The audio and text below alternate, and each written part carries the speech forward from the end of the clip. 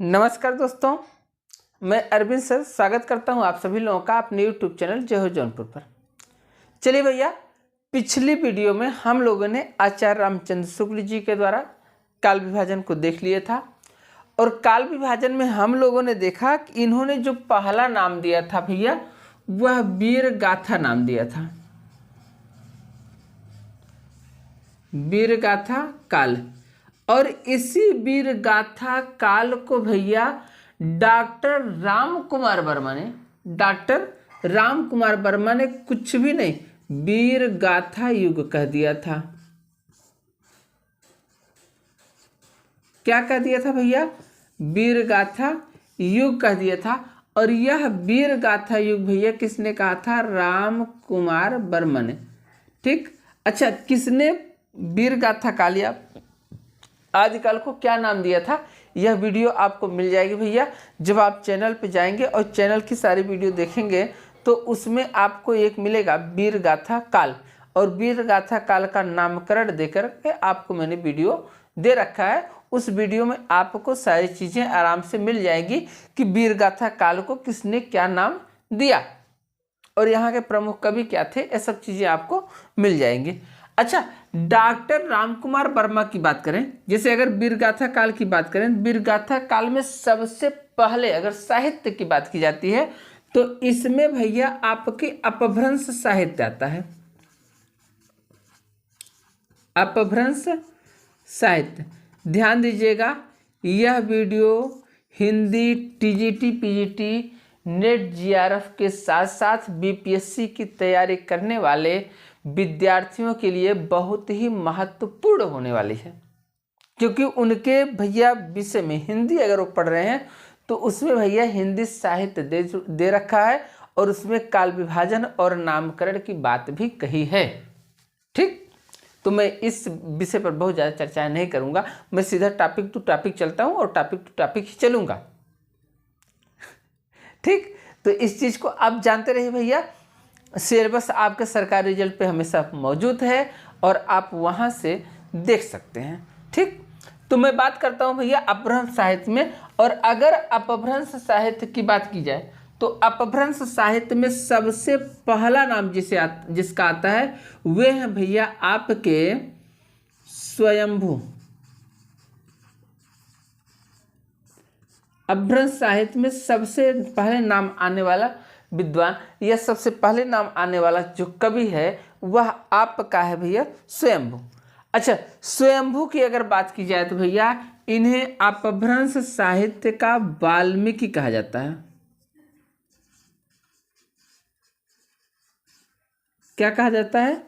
अपभ्रंश साहित्य का वाल्मीकि कहा जाता है। और ध्यान दीजिएगा, स्वयंभू को हिंदी साहित्य का पहला कवि किसने माना है? तो ध्यान दीजिएगा, स्वयंभू को हिंदी साहित्य का पहला कवि भैया डॉक्टर राम कुमार वर्मा ने ही माना है।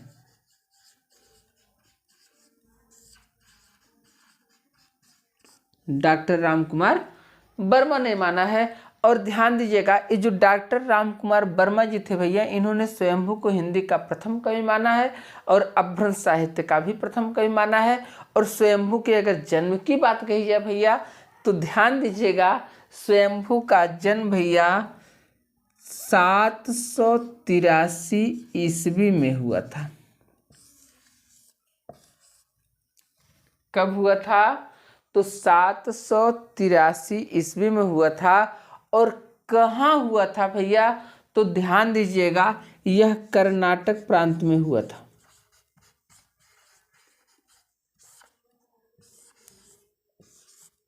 कर्नाटक में हुआ था।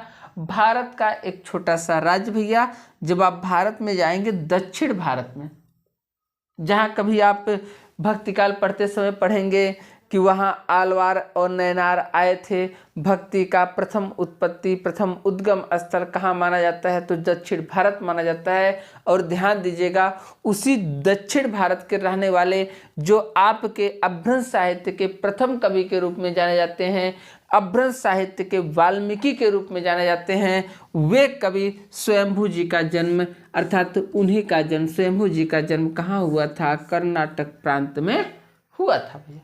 और इनके पिताजी का अगर नाम देखा जाए तो इनके पिता थे भैया, स्वयंभू जी के पिता का नाम, इनके पिता मारुति देव थे।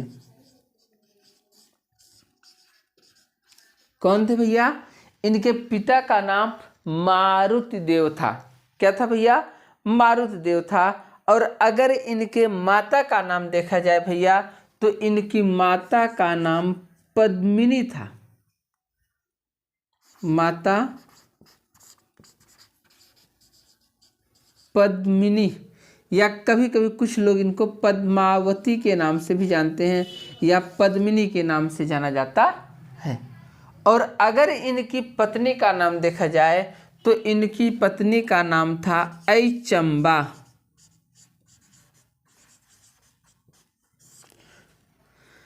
ऐचंबा।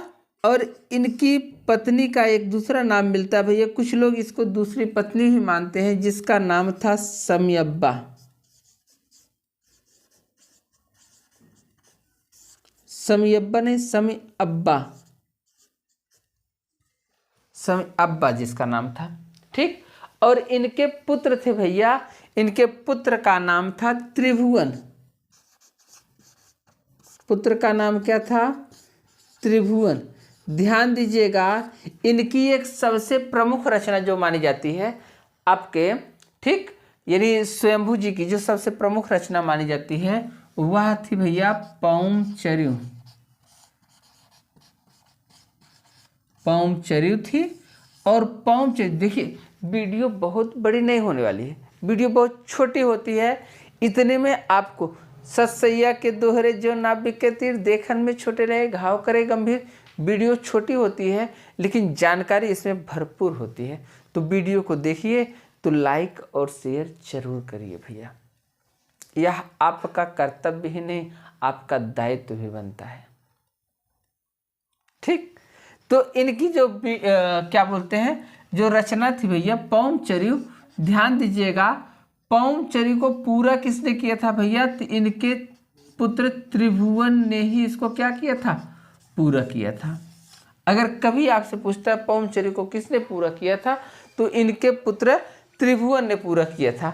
आगे भैया इन्हीं की एक और रचना मिलती है जिसका नाम मिलता भैया रिठ्ठेमचर्यू। ये आपकी पहली रचना थी, रिठ्ठेमचर्यू।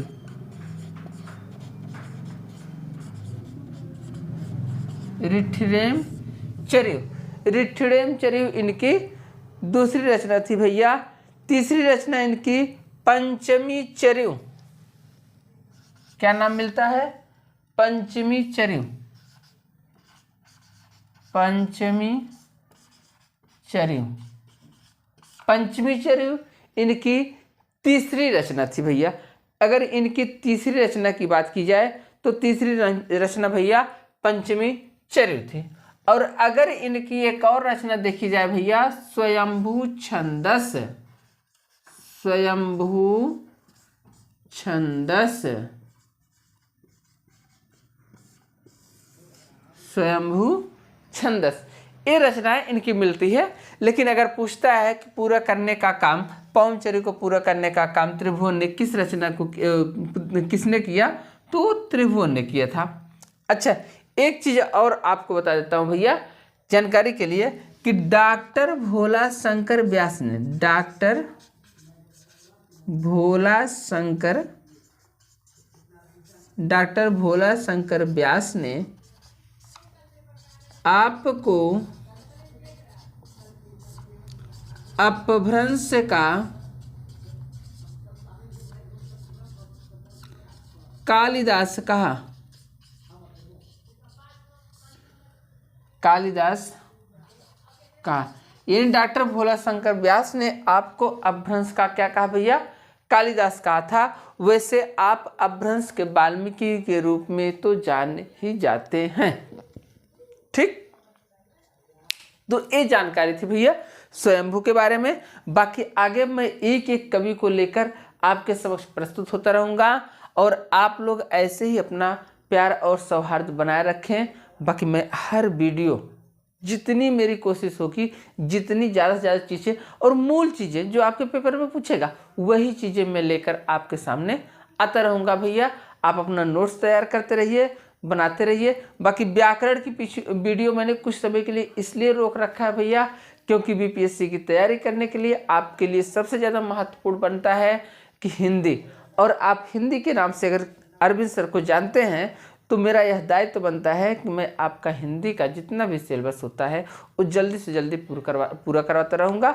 तो इसके लिए आप ज़्यादा से ज़्यादा वीडियो को लाइक करें और शेयर करें। जितना ज़्यादा आप लाइक करेंगे, जितना ज़्यादा शेयर करेंगे, उतना ज़्यादा भैया समय आपका बढ़ता जाएगा और उतने ज़्यादा कवि आपके सामने आते जाएंगे। आज मैं एक कवि को लेकर आ रहा हूँ, कल आप इससे ज़्यादा शेयर करेंगे तो मैं भैया सब्सक्राइबर आप बढ़ाएंगे तो मैं 2 कवि को लेके आऊँगा। किसी दिन आप अच्छा शेयर करते हैं तो मैं 3 कवि को लेकर, आपके ऊपर निर्भर करता है। जितना ज़्यादा आप मेरा सहयोग करेंगे उतना ज़्यादा मैं आपका सहयोग करूँगा। तो बस इन्हीं बातों के साथ मैं विराम करता हूँ। बाकी सभी लोगों को ढेर सारी शुभकामनाएं, बधाइयाँ, धन्यवाद।